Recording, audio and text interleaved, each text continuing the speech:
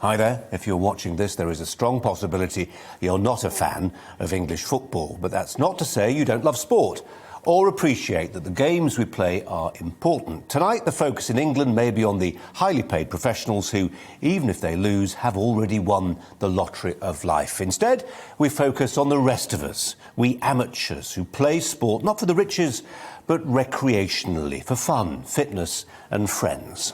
Given how many English viewers are glued to the Euros, our starting point is a report produced for a Scottish think tank.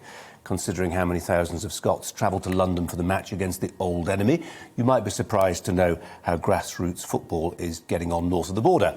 Over a 10-year period, numbers have fallen 11%. So says the Observatory for Sport in Scotland. What about the game Fife gifted to the world, golf? In Scotland, it's possible to play on some of the best courses on earth for peanuts because they're owned by councils. It's not just cheaper, but lighter. There will be Scots right now ignoring the hue and cry of English football by teeing off. It being midsummer, the further north you go, the brighter it stays. But the fall in recreational golf is 3 times worse than football, down by a third in Scotland in a decade. For Scotland, read the rest of the UK. Overall, games requiring less skill, time, formality and fewer, usually no playing partners, are doing relatively well. Conversely, games which need some technical ability require a lot of your time, with no ducking out early, a knowledge of rules or laws, and a requirement for teammates are doing less well. Translate that into real life and what do you get? Solo or lifestyle activities that can be done from your front door are in the ascendancy. Games which require that you turn up at an appointed time with equipment and a smile for your friends are declining. Well, before you start tweeting, this is not to dismiss cycling or running or going to the gym as antisocial. Folk make friends on park runs, in the peloton and when pumping iron. But let's be honest, gregarious games are less popular than they were. Why is this? My late father-in-law would play cricket for 2 different teams over the weekend, Saturday and Sunday, therefore obliterated for his long-suffering spouse.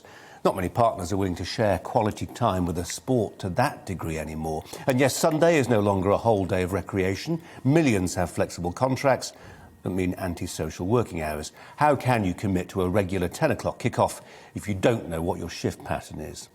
But isn't there something else going on that tells us about the atomisation of society? We are becoming more individualistic, perhaps less competitive, or at least not so sporting. A reluctance to defeat an opponent in person and talk to them afterwards. Far easier to get our dopamine hits online without going to the trouble of a physical encounter.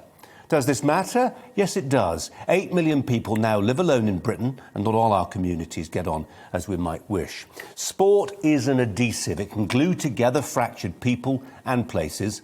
A couple of months ago, Westminster MPs were told that lockdown meant physical and sporting activity had fallen by 2/3. The state and businesses are worried about obesity and what will that cost for the country. We can predict that the taxpayer will pay for more gym passes for the overweight. Companies will contribute towards the cost of an employee's new bicycle. But there's another cost to less sport, particularly if that means fewer team games. The loss of social cohesion that happens when another golf club or cricket club closes its pavilion doors for the last time before the fairways or the outfield are given over to another housing estate.